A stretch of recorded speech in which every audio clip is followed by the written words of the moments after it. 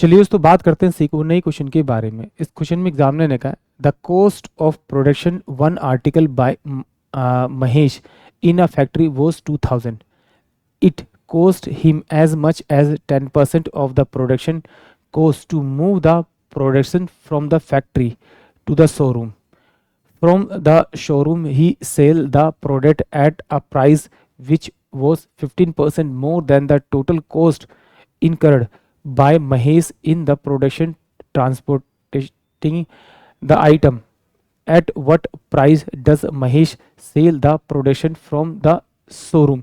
यानी एग्जामिनर ने क्या कहा कि महेश के लिए फैक्ट्री में जो आर्टिकल बना उसकी कीमत 2000 थी, 2000 रुपये उसकी कीमत थी, वो शोरूम तक लेकर आता है तो उस पर उसे 10% का क्या देना पड़ता है आपको, उसको उसको उसको फायर देना पड़ता है, यानी किराया देना पड़ता है।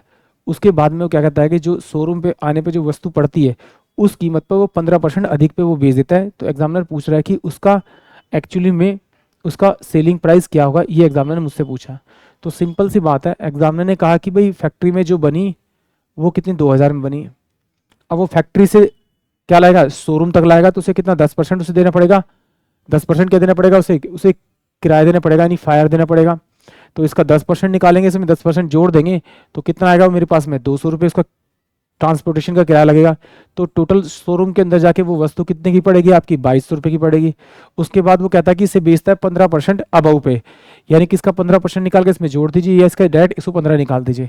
यानी कि 15 बटे में अगर इसे 100 करूँगा तो मेरे पास जो वैल्यू आएगी 15 दूनी 30, यानी कि 330 रुपये अधिक पे वो बेचेगा।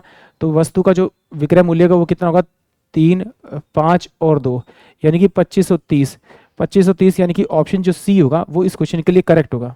इस तरह से नहीं करना तो फिर आप सीधे से डायरेक्ट कर सकते हैं। तो मुझे पता लग गया कि भाई उसका जो एक्चुअली में कॉस्ट प्राइस था कितने का था 2000 का। जब वो शोरूम में लेके आता है तो उस पर इस किराया कितना देना पड़ता है 10%।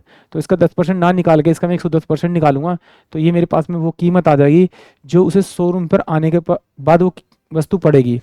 अब वो इसे बेचेगा 15% अधिक पे, इसका 15% ना निकाल के मैं इसका 115/100 में बेचूंगा तो मुझे मेरा सेलिंग प्राइस मिल जाएगा, यानी कि जो वो बेचेगा वो इस कीमत पे बेचेगा। एग्जाम में तो आपको ऐसे ही करना है। ये 4 है, 4 से कट जाएगा 1 और 3, 4 कट जाएगा आपका। तो ये कितना हो जाएगा आपका 115 हो जाएगा। इससे मल्टीप्लाई करेंगे तो 115 मेरे पास ही हो जाएगा। तो ये 1265 हो जाएगा, इसको डबल कर दीजिए, 2 से मल्टीप्लाई कर दीजिए। तो ये कितना होगा 5 दूनी 10, 6 दूनी 12, 13, 2 दूनी 4, 5 और 2, यानी कि 2530 इस क्वेश्चन का करेक्ट आंसर आएगा, यानी कि ऑप्शन सी जो होगा वो इस क्वेश्चन के लिए करेक्ट होगा। आई होप आप सभी को क्वेश्चन समझ में आया होगा।